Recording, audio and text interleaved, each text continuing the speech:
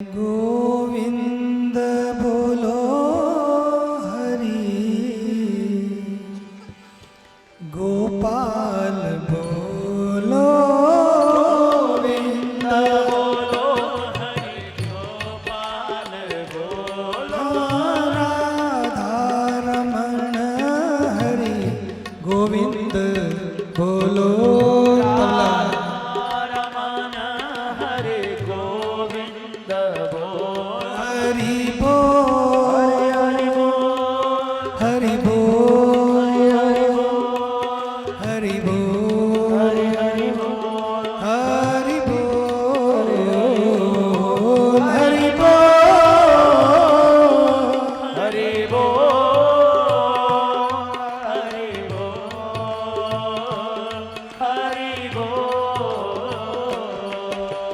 गोविंद बोलो हरि, गोपाल बोलो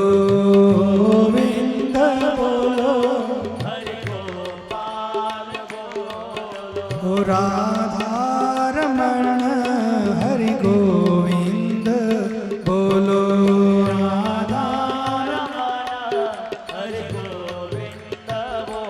राधे राधे राधे राधे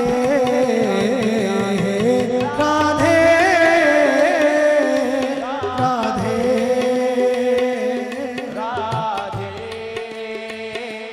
राधे कृष्ण कृष्ण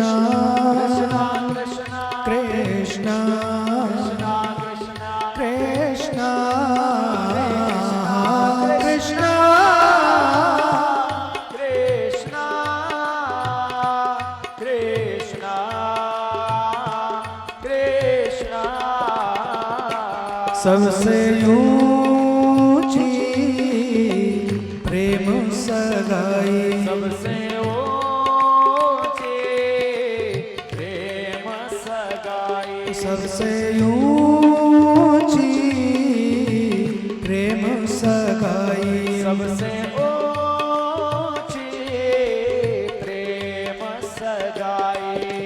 दुर्योधन को मेवा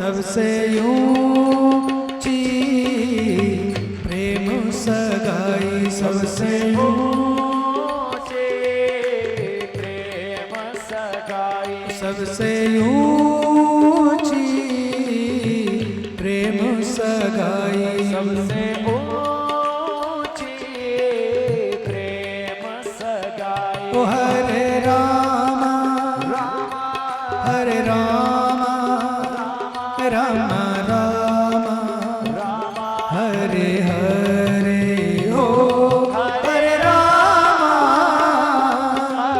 राम राम हरे हरे, हो हरे कृष्ण कृष्ण कृष्ण कृष्ण हरे हरे, हो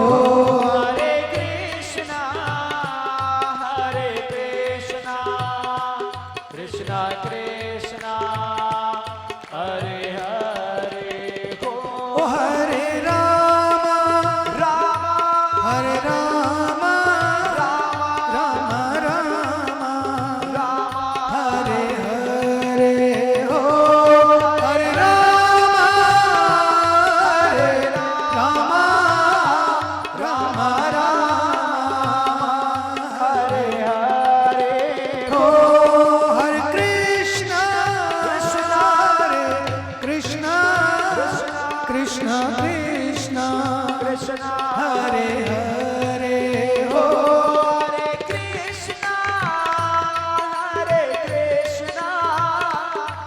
कृष्णा कृष्णा हरे हरे ओ हरे राम हरे राम राम राम राम हरे हरे ओ हरे राम राम राम हरे हरे ओ हरे कृष्णा कृष्णा कृष्णा कृष्णा हरे हरे ओ हरे कृष्णा कृष्णा कृष्णा हरे हरे हो वाहे गुरु वाहे गुरु वाहे गुरु वाहे गुरु वाहे गुरु वाहे गुरु वाहे गुरु वाहे गुरु वाहे गुरु बोलो वाहे गुरु बोलो वाहे गुरु बोलो वाहे गुरु बोलो वाहे गुरु बोलो। वायु प्रदूषित ना हो, हम सब मिलकर अपने कूड़े कचरे को जलाएं नहीं। जल प्रदूषित ना हो तो अपना गंदगी, अपनी नालियां और इंडस्ट्रियल वेस्ट, केमिकल वेस्ट जितना भी है, इस सब हमें आगे आकर रोकना होगा। हाथ खड़े करके हम मिलकर प्लान करेंगे। आपके लगाए हुए पेड़ आपको याद दिलाएंगे कि यस, मैंने ये 10 पेड़ लगाए थे और आज कितनों को छाया मिल रही है। इसी संकल्प के साथ आज हम सब संकल्पित हो रहे हैं कि हम इस प्रण को पूरा करने के लिए अपना समय और अपना धन लगाएंगे। भारत माता की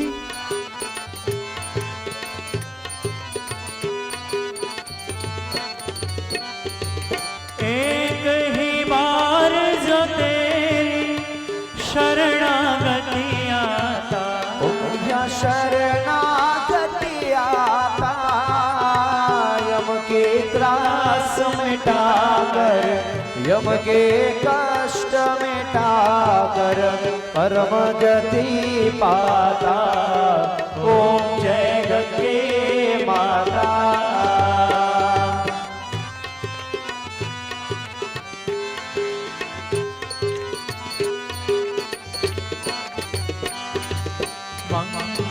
मंगलकारिणी मैया तू है सुखदाता, मैया तो है सुखदाता।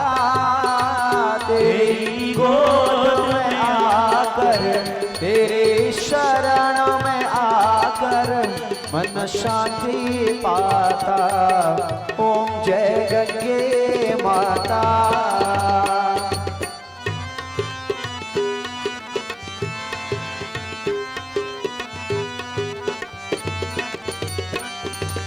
आरती मात तुम्हारी जो जन नित गाता, मैया प्रेम सहित गाता।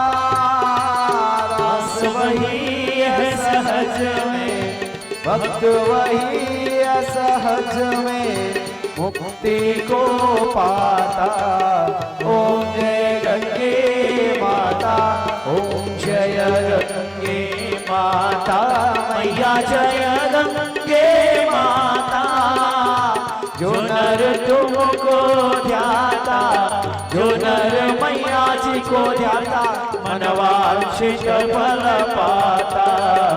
ओम जय गंगे माता, जय गंगे माता, जय गंगे माता।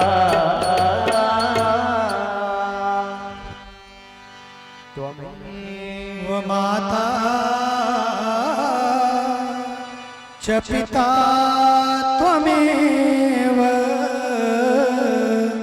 त्वमेव बन्धु च सखा त्वमेव, त्वमेव विद्या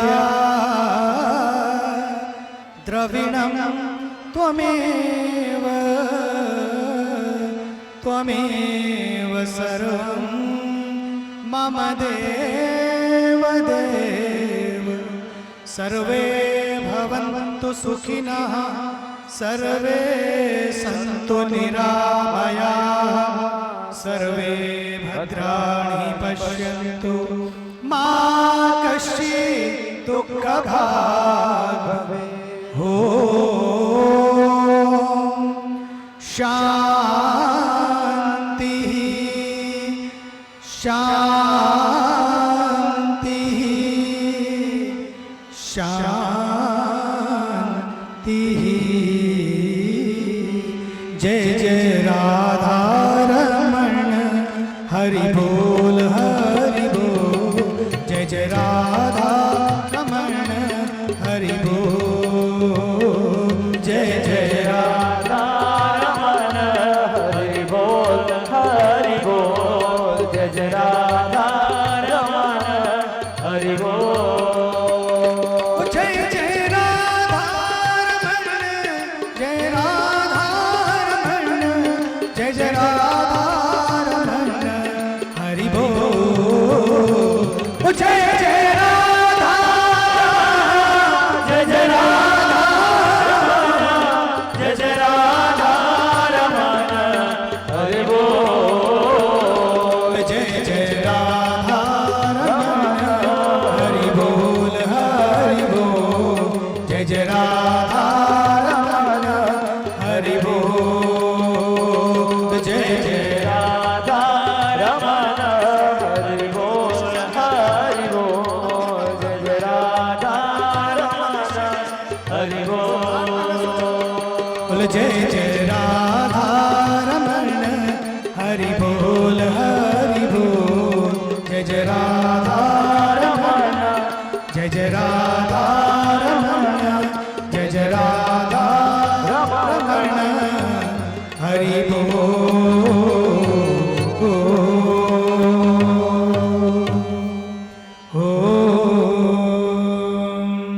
पूर्णमदः पूर्णमिदं पूर्णात् पूर्णमुदच्यते पूर्णस्य पूर्णमादाय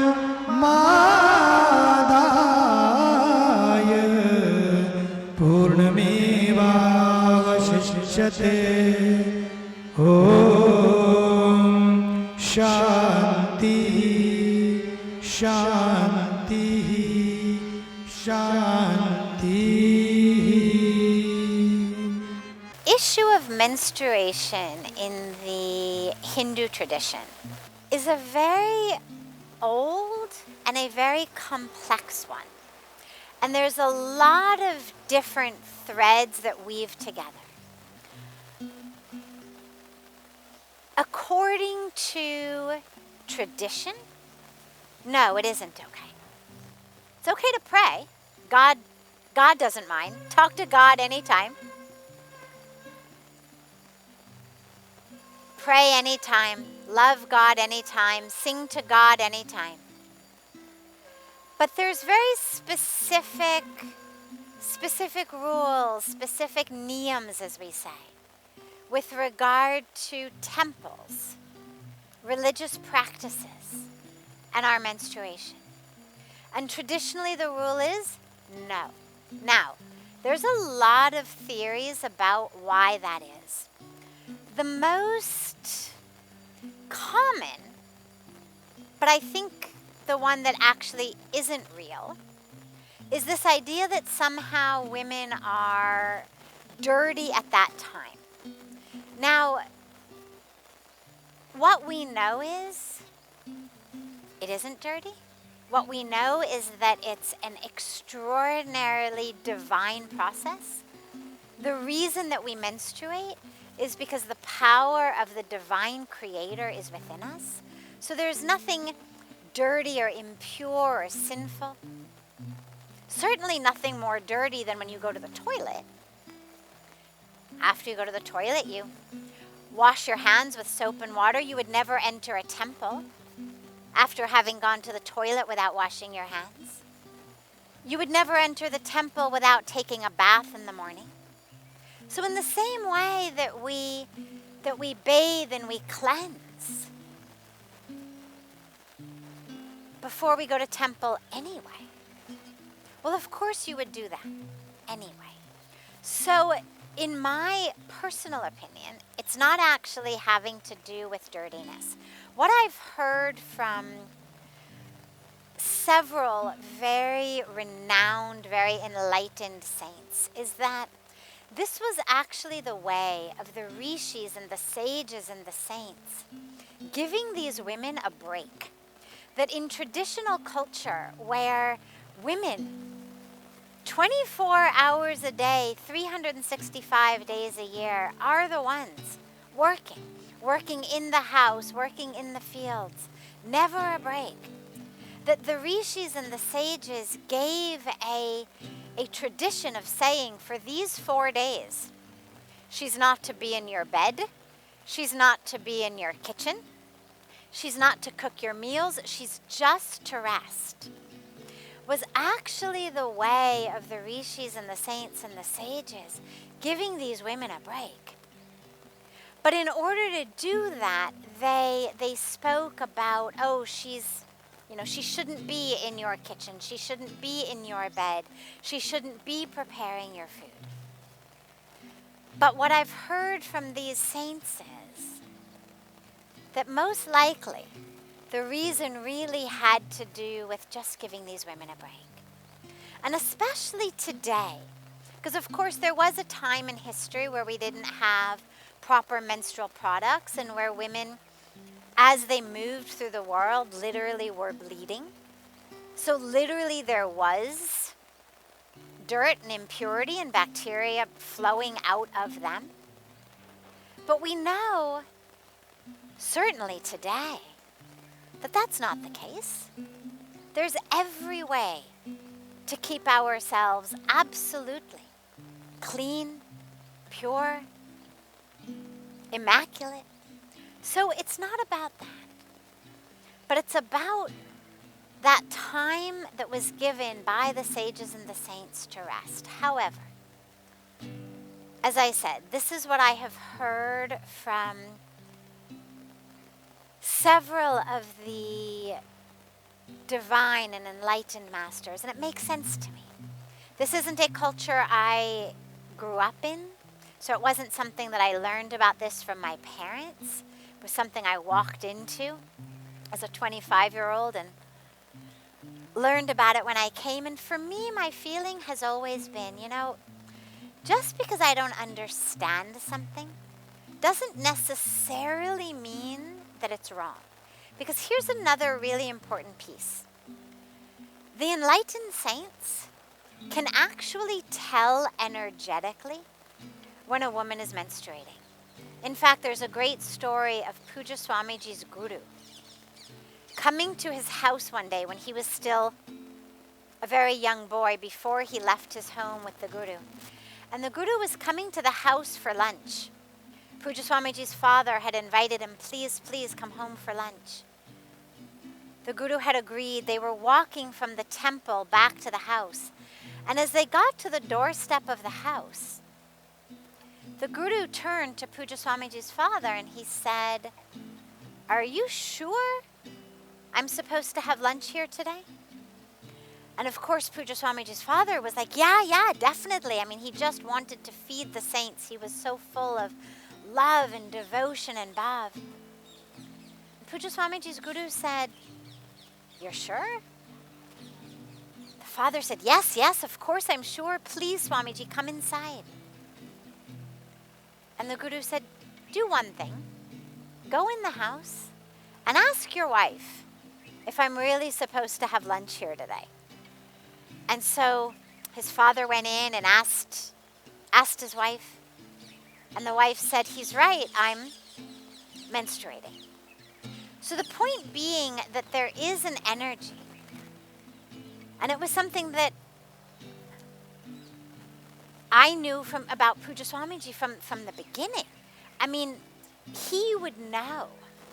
Because of course there are rules about, like, if I were going to give him, say, a paper or a pen, if you're menstruating, you can't actually do that. You have to just put it down, and then he would pick it up. Normally, you would say, here is a piece of paper. But if you're menstruating, the rule is you don't actually do that. You have to just put it down and then he would take it. And there were times when, before I even went to hand him something, he would signal on the table. So I share this because what it means is there is an energy, not an energy that's dirty or impure or bad or anything like that, but just an energy that is different. Interestingly, in the Native American tradition, in the indigenous tradition, it's considered a time of the woman's highest power. And in fact, she stays separate from the family in this very special, like hut, to connect with Mother Nature, with Mother Earth, with the moon. That's why it's called the moon cycle. To connect with that power of creation within herself. So it's important to realize that just because we may not think that it's dirty or impure or bad or anything like that, doesn't mean that it's necessarily the same as all the other days of the month. And it is a time of a different energy, a time of a different power.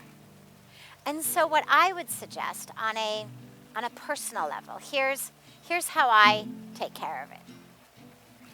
Whether you understand the rule or not, for me, I felt like Indian culture has embraced me. It has absolutely embraced me in the most beautiful way. And so I will respect, follow, whatever the rules are, whatever the traditions are, whether I understand them or not. In the same way the culture has embraced me, I will embrace the culture. However, when it comes to just between me and God, so while menstruating, don't go to temple. You don't touch the Aarti. You don't touch any puja things. But if it's just between you and God, well, God doesn't care. So by all means, pray to God. If it's a temple in your home, you make the rules. If you want to sit there, sit. If it's your home, your temple, do what feels right.